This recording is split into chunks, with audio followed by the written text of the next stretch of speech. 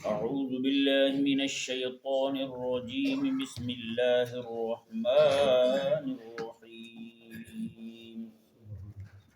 يا أيها الذين آمنوا استجيبوا لله وللرسول إذا دعاكم لما يحييكم واعلموا أن الله يحول بين المرء وقلبه وأنه إليه تحشرون.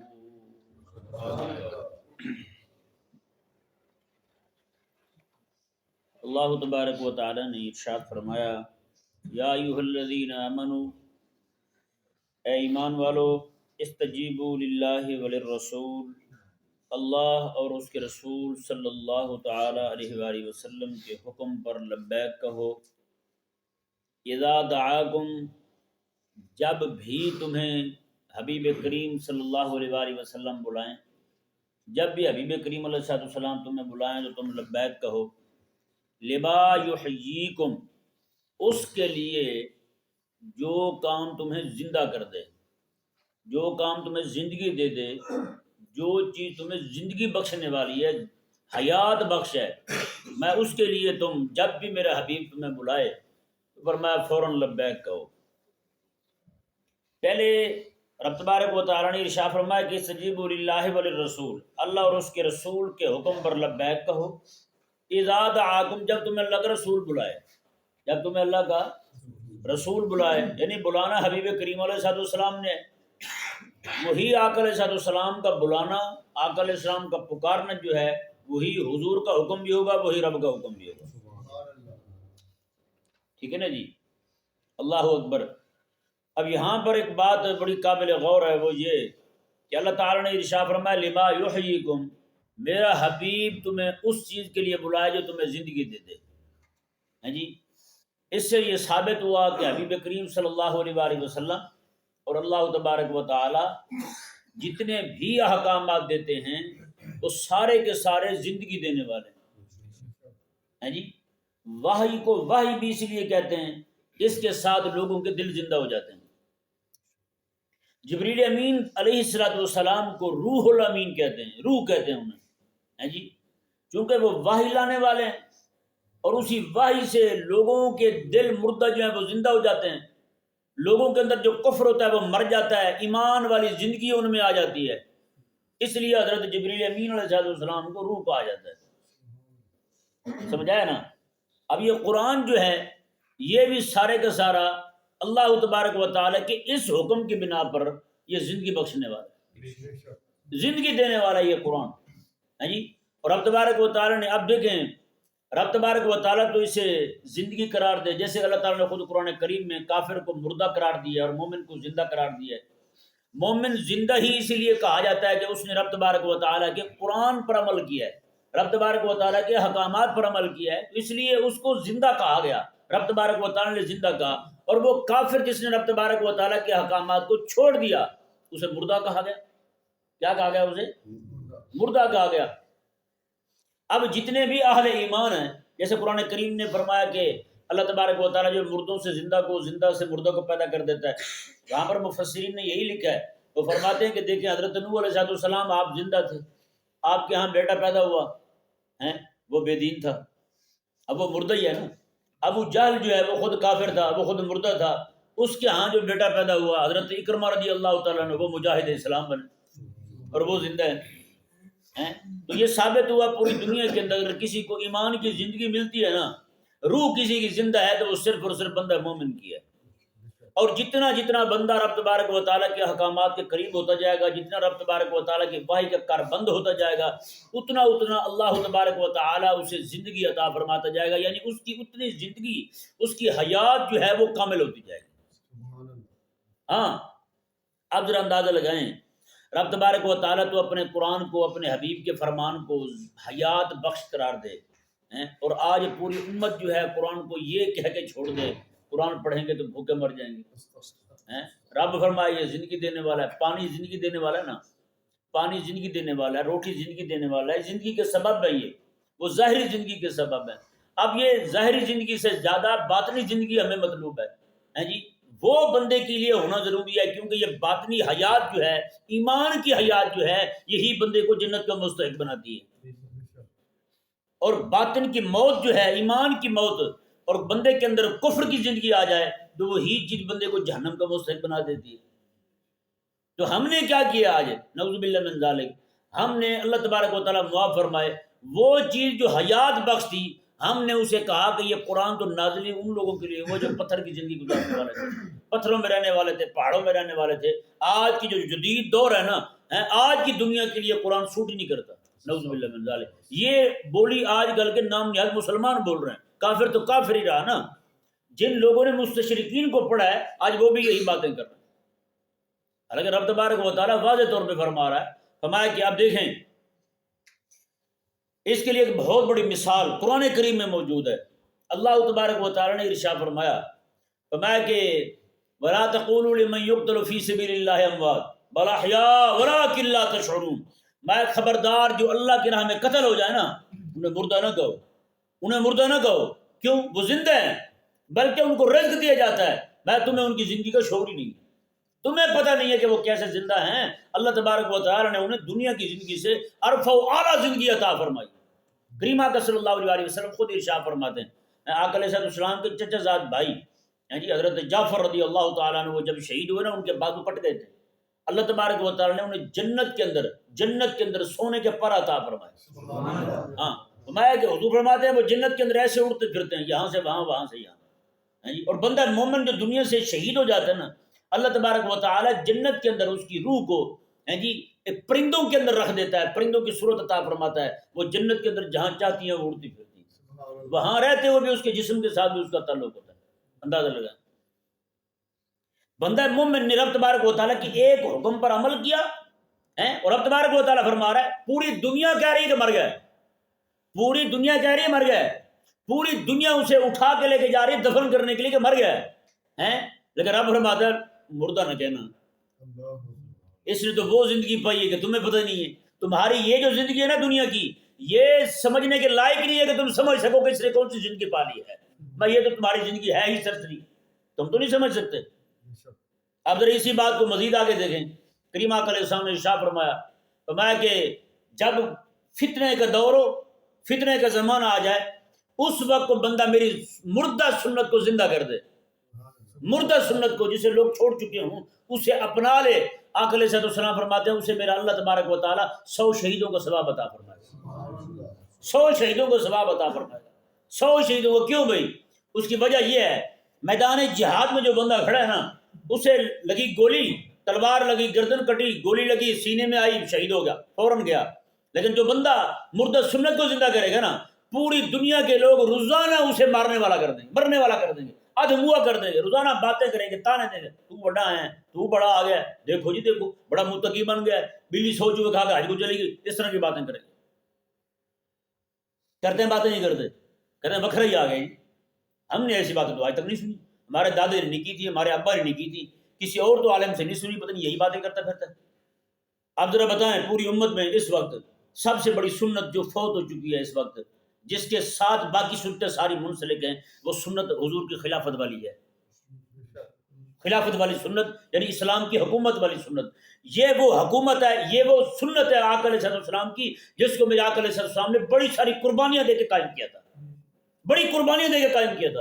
اتنے صحابہ حضور کے شہید ہوئے تھے، حضرت امیر حمزہ رضی اللہ تعالیٰ عنہ کو کلیجہ چبایا گیا تھا اسی خلافت والی سنت کے احیاء کے لیے، اس کو جناب دوام دینے کے لیے میرے آقا صلی اللہ علیہ وسلم نے اتنی قربانیاں دی ہیں۔ آج وہی سب سے بڑی سنت، کیونکہ اس کے بعد یہ سنت قائم ہو جائے، اس کے بعد پھر جہاد والی سنت آئے گی، باقی پھر سنتیں ساری آتی جائیں گی۔ آج خلافت نہیں ہے اس لیے تو جہاد نہیں ہو رہا کہیں پر۔ ہر ایک حکمران جو ہے وہ یہی سمجھتا ہے کہ مجھے اپنی سر پٹی کا خیال کرنا ہے، مجھے اپنی باؤنڈری کا خیال کرنا ہے، مجھے اس کے علاوہ کسی کی کوئی فکر نہیں ہے۔ لیکن کافر باؤنڈری نہیں دیکھتا، کافر کو دیکھتا ہے۔ جی امریکہ کا کافر فلسطین پہنچ گیا مسلمانوں کو مارنے کے لیے، جی کل جا کے رو رہا تھا، کہنے لگا جو کچھ ہو چکا ہے اس پہ میں معذرت چاہتا ہوں، آئندہ تمہارے ساتھ ایسا نہیں ہوگا۔ یہ جو بائیڈن نے کہا، کل کا بیان ہے اس کا، مسلمانوں میں سے بھی کسی نے کہا ہے، پوری گلیاں بھری ہوئی ہیں شہیدوں کے ساتھ، بتائیں پوری گلیاں بھری۔ یار اتنا بھی بندہ اندھا ہوتا ہے۔ کل ایک دوست نے ویڈیو بھیجی، میں نے بھیجی تھی گروپ میں، وہاں پہ ایک بچہ حافظ قرآن، چھوٹا سا بچہ ہے، قرآن کا حافظ ہے، وہ شہید ہوا ہے، پورے جسم سے کستوری کی خوشبو آ رہی ہے، اور پوری دنیا میں کوئی بھی ایسا بندہ نہیں رہا جس کو یہ تڑپ ہو یار میں بھی ایسی موت پالوں، میں ایسی زندگی پالوں، میں رب تبارک و تعالیٰ کے حکم پر عمل کروں۔ ایک بھی بندہ نہیں رہا یار کہیں سے چلا جائے اٹھ کے وہاں پہ یار، ہر ایک کو پڑی ہوئی ہے۔ یہ میں حقیقت کہہ رہا ہوں، یہ لوگ جب مریں گے نا ہم لوگ کیڑے پڑیں گے ہمیں قبر میں، یہ حال ہونے والا ہے۔ ایسی گولیاں کھا کھا کے مر جائیں گے، کوئی بلڈ پریشر کی، شوگر کی، جی ہارٹ پیشنٹ بن جائیں گے لوگ، گولیاں کھا کھا کے مر جائیں گے، اور یار بندہ مرے تو وہ موت مرے یار کہ زندگی بھی مسکرانے لگے، وہ بھی کہے کہ یار موت پوچھنے آئے مرا کون ہے یہاں، یار کون مرا یہاں پہ، ایسی زندگی جیے بندہ تو مزہ آئے یار۔ یہ کیا ہوا، اب سارے حکمران جو سارے کے سارے بیٹھے، امن کانفرنس ہوئی آرمی چیف کی زیر صدارت، سارے مولوی بیٹھے ہوئے تھے، کہنے لگے اسلام امن کا درس دے رہا ہے۔ میں نے کہا اب بھی اسلام امن کا درس دے رہا ہے، جب تمہیں ماریں گے تب بھی تم نے یہی کہنا اسلام امن کا درس دے رہا ہے، وہ مسلمان بھائی تمہارے بھائی نہیں ہیں جن کو مار رہے ہیں۔ رب تبارک و تعالیٰ نے ارشاد فرمایا، آپ دیکھیں سنت سب سے بڑی، کیونکہ اسی سنت کے ساتھ باقی سنتیں ساری منسلک ہیں جی۔ یہ پھر خلافت والی سنت قائم ہوگی تو جہاد والی سنت آئے گی پھر اس کے ساتھ جی، مجاہدین ہوں گے، پھر غازی ہوں گے، پھر اس طرح کر کے ساری چیزیں اسی کے ساتھ منسلک ہیں، مال فیع غنیمت سارا کچھ سارے کا سارا اسی کے ساتھ منسلک ہے۔ میں کہتا ہوں صرف ایک سنت چھوڑ کے امت جو ہے نا کئی حصے دین کے چھوڑے بیٹھی ہے، کئی حصے دین چھوڑے بیٹھی ہے امت آج، ایک سنت خلافت والی چھوڑ کے۔ اور کسی کو دیکھ لیں لوگ سنت کی دعوت بھی دے رہے ہیں تو وہ کھانے پینے کی دعوت دے رہے ہیں، حلوہ کھانا سنت ہے، فلانی شاہ کھانی سنت ہے۔ میں نے کہا اگر حلوہ کھانا سنت ہے نا تو دانت شہید کروانا بھی حضور کی سنت ہے، یہ بھی حضور کی سنت ہے جی۔ تیر آقا علیہ السلام کو لگا نا، زخم لگا آقا علیہ السلام کا، خود مبارکہ حضور کا سر مبارکہ میں دھنس گیا تھا، خود سر میں دھنس گیا تھا آقا علیہ السلام کے، خون بہنے لگا تھا حضور کے سر مبارکہ سے۔ حضرت سیدہ کائنات فاطمہ الزہرا رضی اللہ تعالیٰ عنہ نے کپڑا جلا کے راکھ جو ہے وہ آقا علیہ السلام کے زخم پر لگائی تھی۔ میں نے کہا یہ زخم کھانا بھی سنت ہے یار، صرف عرس کے جناب حلوے کھانا سنت نہیں ہے، صرف 11ویں کے لنگر کھانا یہ سنت نہیں ہے جی، تم صرف یہی کھانے پینے کے سنتوں پہ کھڑے رہو گے، میرے آقا صلی اللہ علیہ وسلم کی یہ والی سنتیں کب بناؤ گے؟ آج بتائیں نا کون سے ایسا پیر ہے پوری دنیا کے اندر، کون سا ایسا عالم ہے جس کے گھر میں کبھی فاقہ آیا ہو؟ غزوہ تبوک، یہ غزوہ خندق کے موقع پر صحابہ کرام علیہ رضوان نے عرض کی نا حضور کی بارگاہ میں، یا رسول اللہ صلی اللہ علیہ وسلم ہمیں بھوک لگی ہوئی ہے، اور صحابہ نے اپنے پیٹ سے کپڑا اٹھایا تو ایک پتھر بندھا ہوا تھا صحابہ کے پیٹ پر۔ حضور یہ ہم نے اپنے پیٹ کو اس طرح کر کے سکیڑ رکھا ہے پتھر کے ساتھ باندھ کے، تاکہ جو ہے نا اس میں بھوک کا احساس کم ہو۔ آقا صلی اللہ علیہ وسلم نے کپڑا اٹھایا، 2 پتھر بندھے ہوئے۔ حضور نے فرمایا کہ میں نے تو 2 باندھ رکھے۔ بتائیں آج یہ اتنی نعمتیں ان کو میسر آ گئی حرام خوروں کو، اس لیے تو ان کا دل نہیں مائل ہوتا رب تبارک و تعالیٰ کے، دل مردہ ہو چکے، ان کے احساس تک نہیں رہا ان کے دلوں میں۔ جیسے یہ بتایا میرے کریم آقا صلی اللہ علیہ وسلم نے، میں کہ جب ماتحت جو ہے نا، ماتحت ورکر جو ہے، ورکر کے پیٹ پہ ایک پتھر ہو تو امیر کے پیٹ پہ 2 پتھر ہونے چاہیے۔ اور یہاں کیا ہوتا ہے؟ وہاں تو میرے آقا صلی اللہ علیہ وسلم امام الانبیاء ہیں، امام الانبیاء ہو کہ آقا علیہ السلام کو بھی زخم لگ رہے ہیں میدان جہاد میں۔ یہ رب تبارک و تعالیٰ کی اتنی بڑی عطا ہے، یہ سنت حضور کی خلافت والی، اسی کے احیاء کے لیے، اس کو جناب بپا کرنے کے لیے مدینہ شریف میں میرے آقا صلی اللہ علیہ وسلم نے آ کے خلافت یہی نظام اپنا قائم کیا ہے۔ جو آپ صلی اللہ علیہ وسلم نے جو ایک نظام مصطفیٰ قائم فرمایا نا، یہی تو نظام ہے جو بعد میں آقا علیہ السلام نے صحابہ کو دیا تو وہ خلافت کے نام سے مشہور ہوا ہے۔ سب سے بڑی سنت حضور کی یہ ہے۔ میں کہتا ہوں مولوی ذرا نعرہ لگائیں اس سنت کا حضور کی، آگے بیٹھتے ہیں جناب کسی کو کلخانی ثابت کر رہے ہیں جی، حضرت صاحب آ کے، حضرت صاحب 11ویں کرنا ثابت کر رہے ہیں، حضرت صاحب یہ کرنا ثابت کر رہے ہیں۔ میں نے کہا حضور کی بڑی سنت خلافت جو ہے، حضور نے جو ہمیں عطا فرمائی ہے، یہ سنت آقا علیہ السلام کی پوری امت سے، ممبر سے بھی اس کا نام لینا لوگوں نے چھوڑ دیا ہے۔ خدا کے لیے حضور کی سنت کی بات کرو، جس سنت کے ساتھ باقی سارا دین منسلک ہے، باقی سارا دین اسی کے پیچھے کھڑا ہے۔ یہ سنت آئے گی تو باقی دین آئے گا نا، جب یہ سنت ہی نہیں ہوگی باقی دین کہاں جائے گا؟ بتائیں بھائی،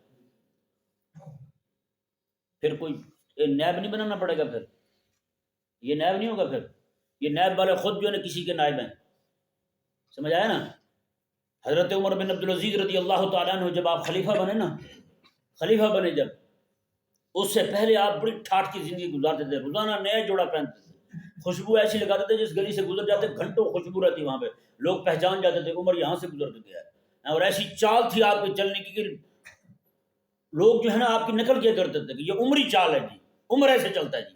عمر بن عبدالعزیز رضی اللہ تعالیٰ عنہ جس وقت بنے آپ خلیفہ بن گئے جناب. خلیفہ بننے کے بعد جو کچھ گھر میں تھا نا اپنی گھر والی کو کہا، کیونکہ آپ گھر والی کے ابا جو تھے وہ گورنر تھے، کہا کہ دیکھو بات سنو، تمہارے پاس جتنی جائیداد ہے نا وہ ساری کے ساری مسلمانوں کی ہے، وہ تیری نہیں ہے، تیری نہیں ہے، یا تو وہ جائیداد رکھ لے یا مجھے رکھ لے. اس نے کہا میں جائیداد ساری دیتی ہوں. انہوں نے کہا اٹھا کے ساری بیت المال میں جمع کرا دو. ساری جائیداد بیت المال میں جمع کروا دی. رات کے وقت آپ نے اعلان کیا میں بھی خبردار جس کے پاس بھی کوئی شے ہے ساری اٹھا کے باہر رکھ دو. صبح کے وقت جب واپس گئے نا حضرت عمر بن عبدالعزیز رضی اللہ تعالیٰ عنہ، جتنے بھی سارے امیر کبیر وڈیرے لوگ تھے اس طرح کے جنہوں نے جناب جائیدادیں اور مال بنایا تھا، سارے کا سارا باہر سڑکوں پہ پڑا ہوا تھا، باہر پڑا ہوا تھا گھروں کے باہر. انہوں نے اٹھا کے لے جائیں بیت المال میں جمع. اسلام تو پھر ایسے ہوتا ہے جی. اسلام تو پھر یہ کرتا ہے کسی کے پاس نہیں رہنے دیتا. پھر اس طرح کسی کو جناب کسی نے لوٹا ہو گھسوٹا ہو لوگوں سے مارا ہو مال وہ تو نہیں رہنے دیتا کسی کے پاس. پھر یہ سارے کا سارا خلافت کے بعد ہی ہوگا. میں سچی کہہ رہا ہوں.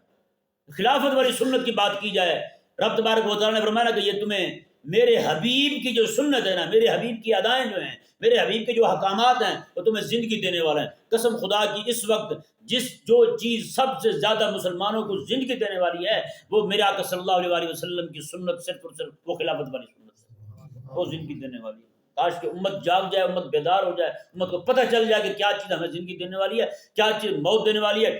دیکھیں جب بھی آقا علیہ السلام کی سنت کی مخالفت ہوئی ہے نا وہاں پر ظلم ہی ہوا ہے. اب خلافت کی جگہ جمہوریت آئی ہے، مسلمانوں نے بھی اسے گلے سے لگایا ہے.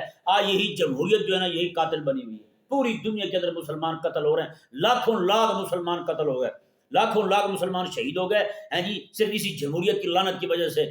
جمہوریت نے لوگوں کو بانٹ دیا، الگ الگ حصوں میں بانٹ دیا. انہوں نے کہا تو ادھر تو ادھر تو ادھر. پھر جناب اقوام متحدہ نے پھر فیصلے کیے تو اسے پکڑ لے تو اسے پکڑ لے، روس کو کسی پہ چڑھا دیا، امریکہ کو کسی پہ چڑھا دیا، اسرائیل کو کسی پہ چڑھا دیا. اس طرح کر کے سارے لگے ہوئے مسلمانوں کو مار رہے. تو بتائیں زندگی دینے والی کیا چیز ہے؟ حضور کی سنت، آقا علیہ السلام کی دی ہوئی عطا کردہ خلافت ہے، وہی زندگی دینے والی. اللہ کے کائنات نے ارشاد فرمایا جی دیکھیں لما یحییکم، فرمایا کہ اللہ تبارک و تعالی جو ہے نا جب حبیب کریم صلی اللہ علیہ وسلم تمہیں بلائیں اس چیز کی طرف جو تمہیں زندگی دینے والی ہے، وہ تمہیں زندگی دینے والی ہے اس کی طرف بلائیں تو تم لبیک کہو. تم نے پیچھے نہیں ہٹنا، تم نے پیچھے نہیں ہٹنا. آگے دیکھیں جی وَاعْلَمُوا أَنَّ اللَّهَ يَحُولُ بَيْنَ الْمَرْءِ وَقَلْبِهِ، اور یہ یقین کر لو بے شک اللہ بندے اور اس کے دل کے درمیان حائل ہو جاتا ہے. اللہ بندے اور اس کے دل کے درمیان حائل ہو جاتا ہے. اس کا کیا مطلب ہے؟ اس کے دو مطلب بیان کیے مفسرین نے. پہلا مطلب یہ ہے کہ جب بھی کوئی نیکی کرنے کا وقت آ جائے اس کو ادا کرنے میں دیر نہیں کرنی چاہیے، اس کو ادا کرنے میں دیر نہیں کرنی چاہیے، کیونکہ میرے کریم آقا صلی اللہ علیہ وسلم نے ارشاد فرمایا. یہ یہاں پہ قلم ہے، کوئی چیز مثال کے طور پر قلم بندہ ہاتھ میں پکڑے اس طرح کر کے کوئی لکڑی وغیرہ پکڑ لے ہاتھ میں تو اس کو ہلانا کو مشکل ہوتا ہے، اس طرح کرتے رہتے ہیں نا. میرے کریم آقا صلی اللہ علیہ وسلم نے صرف سمجھانے کے لیے فرمایا میں کہ پوری مخلوق کے دل جو ہے نا میرے رب تبارک و تعالیٰ کی اس کی شان کے مطابق 2 انگلیوں کے درمیان ہے. میں کہ جیسے چاہتا ہے ان کو پھیر دیتا ہے، جیسے چاہتا ہے ان کو پھیر دیتا ہے. اس لیے جب بھی نماز کا وقت آ جائے سستی نہیں آنی چاہیے. نماز کا وقت ہے فوراً پڑھ لے. جی پیسے بندے کے پاس ہیں، حج کا وقت آ گیا ہے فوراً حج کر لے. پیسے بندے کے پاس ہے، سستی کی تو بعد میں پھر پتہ نہیں کیا سے کیا ہو جائے، بعد میں پھر بندہ جو ہے وہ مائل بھی نہیں ہو سکتا نیکی کی طرف. یہ حقیقت والی بات ہم نے بہت دیکھی. حضرت امام محمد باقر رضی اللہ تعالیٰ عنہ، آپ امام زین العابدین رضی اللہ تعالیٰ عنہ کے بیٹے ہیں. امام محمد رضی اللہ تعالیٰ عنہ، امام محمد باقر جن کو کہتے ہیں. باقر ان کا لقب تھا، نام ان کا محمد تھا. باقر اس کو کہتے ہیں جو باقرہ گائے کو کہتے ہیں نا، باقرہ گائے کو کہتے ہیں، زمین پھاڑتی ہے نا ہل چلانے کے لیے بیل وغیرہ. جی باقر اسے کہتے ہیں جو علم کے موتی جو ہے نا علم کے سمندر سے نکال کے باہر لائے، اسے باقر کہتے ہیں. اس لیے آپ کو باقر کہا جاتا تھا. گہرے علوم رکھنے والے، گہرے معارف رکھنے والے، معارف الہیہ سے بھرپور آپ کا دل تھا. امام باقر رضی اللہ عنہ کا لقب مشہور ہو گیا امام باقر. نام آپ کا محمد تھا. امام محمد رضی اللہ تعالیٰ عنہ جو ہیں آپ ایک بار بیت الخلاء گئے، جو ضرورت تھی وہ پوری نہیں کی، فوراً باہر آئے. پوسٹین پہنی ہوئی تھی وہ اتاری، کسی کو دی اور خود چلے گئے، خود بیت الخلاء چلے. وہاں سے واپس آئے، لوگوں نے پوچھا کہ حضرت اتنی جلدی کیا تھی، آپ اپنی ضرورت پوری کر کے باہر تشریف لاتے پھر آپ دے دیتے۔ آپ نے کہا یار کوئی پتہ نہیں ہے، میں نے کہا کہ میں وہاں بیٹھوں گا کہیں یہ نہ ہو کچھ دیر لگ جائے تو پھر نیت میری بدل جائے، اس لیے میں نے فوراً اتار کے دے دی کہ یہ دے دوں۔ بہت سارے لوگوں کو ہم نے خود دیکھا ہے، ہاں جی، بڑے وعدے کریں گے ہم جی یہ کر دیں گے دین کے لیے، ہم یہ کر دیں گے، لیکن جیسے سستی ہوئی تھوڑا وقت گزرا پھر ان اللہ یحول بین المرء وقلبہ، اللہ تبارک و تعالیٰ ان سے پھر توفیق لے لیتا ہے، وہ کام نہیں کر سکتے۔ سچی بات ہے، بہت سارے لوگوں کو دیکھا ہے، مہمان بیٹھے ہوئے چلو بیٹھے رہیں بعد میں نماز پڑھ لیں گے، وہ پھر اٹھنے کے لائق نہیں رہتے۔ آپ فرماتا جب بلا رہا تھا میرا مؤذن اس وقت اٹھا نہیں، اب رہنے دے، اب نہ جانا کبھی۔ یہ ہوتا ہے بندے کے ساتھ۔ تو جس وقت نیکی کا وقت آ جائے فوراً کر لینی چاہیے، کہیں یہ نہ ہو کہ پھر بات دوسری طرف نکل جائے۔ ایک بات، دوسرا مطلب جو ہے نا اسی آیت مبارکہ کا وہ یہ ہے کہ بندوں کے دل جو ہیں وہ اتنا بندہ جو ہے نا وہ بھی اپنے دل پر قابو نہیں رکھتا جتنا اللہ تبارک و تعالیٰ کو تصرف حاصل ہے۔ اتنا بندہ بھی اپنے دل کے قریب نہیں جتنا اللہ تبارک و تعالیٰ اس کے دل کے قریب ہے۔ سمجھ آیا نا مسئلہ؟ ہاں، اس لیے بندہ مومن کو چاہیے کہ وہ کسی بھی کام میں کسی طرح کی سستی نہ کرے، جیسے وقت آ جائے نیکی کا فوراً اسے ادا کر لے، فوراً اسے کر لے۔ اللہ تبارک و تعالیٰ نے ارشاد فرمایا جی دیکھیں، وَاعْلَمُوا، اور یقین کر لو، ان اللہ یحول بین المرء وقلبہ، اللہ تبارک و تعالیٰ لوگوں کے دلوں، مرد اور اس کے دل کے درمیان، مرد یعنی کوئی بھی انسان، اس کے دل اور اس کے دل کے درمیان اللہ تعالیٰ حائل ہو جاتا ہے، وَأَنَّهُ إِلَيْهِ تُحْشَرُونَ، اور سارے کے سارے اسی کی طرف لوٹائے جائیں گے۔ اب دیکھیں ذرا غور کریں اس مسئلے پر۔ دوسرا جو مفہوم بیان کیا آپ کے سامنے وہ یہ کہ اللہ حائل ہو جاتا ہے۔ اب آئے مبارک کو ذرا غور کریں، اللہ حائل کیسے ہو جاتا ہے؟ کوئی بندہ نیکی کرنا چاہتا ہے نا، اللہ تعالیٰ اس کی توفیقات میں اضافہ فرماتا رہتا ہے۔ جس کے دل میں تڑپ ہو نیکی کرنے کی، اللہ تعالیٰ اضافہ فرماتا رہتا ہے۔ جیسے نماز ہے، نماز کے بارے میں ایک بزرگ سے پوچھا گیا جی یہ بتائیں ہمیں کیسے یقین ہوگا ہم نے نماز پڑھی ہے قبول ہو گئی ہے، ہم نے نماز پڑھی ہے قبول ہو گئی ہے؟ انہوں نے جب نماز پڑھ کے فارغ ہو نا تیرے دل میں یار دوسری بھی پڑھنی ہے، تیرے دل میں یہ آئے کہ دوسری بھی پڑھنی ہے، تو ہمیں یقین کر لے کیونکہ مالک دوبارہ اسی کو بلاتا ہے جس کی قبول کرنی ہوتی ہے۔ دل میں تیرے خیال پیدا ہو گیا، تڑپ پیدا ہو گئی کہ دوبارہ بھی آؤں، تو فرمایا کہ یہ تیرے دل میں جذبہ پیدا ہو جائے، یہ تیرے دل کے اندر شوق پیدا ہو جائے کہ دوبارہ بھی آنا ہے، فرمایا یہ قبول ہو گئی۔ تو فرمایا کہ نیکی پر دوام، یہ مداومت جو ہے، نیکی پر مداومت بندے کے لیے انتہائی نفع مند ہے، اور گناہ پر مداومت توبہ۔ فرماتے ہیں کہ جو بندہ گناہ کرے ایک، اس کے بعد پھر دوسرا کرے، پھر تیسرا کرے، پھر کرتا ہی جائے، اللہ تبارک و تعالیٰ اس بندے کے اور اس کے دل کے درمیان حائل ہو جاتا ہے، اس بندے کا دل پھر نیکی کی طرف مائل نہیں ہونے دیتا۔ بتائیں، وہ پھر نیکی کی طرف مائل نہیں ہوتا، وہ پھر گناہوں میں دھنستا چلا جائے گا، گناہوں میں دبتا چلا جائے گا، وہ دل میں پھنس جائے گا، وہاں سے پھر نکل نہیں پائے گا بندہ۔ اللہ تبارک و تعالیٰ ہم سب کو سمجھنے کی توفیق عطا فرمائے۔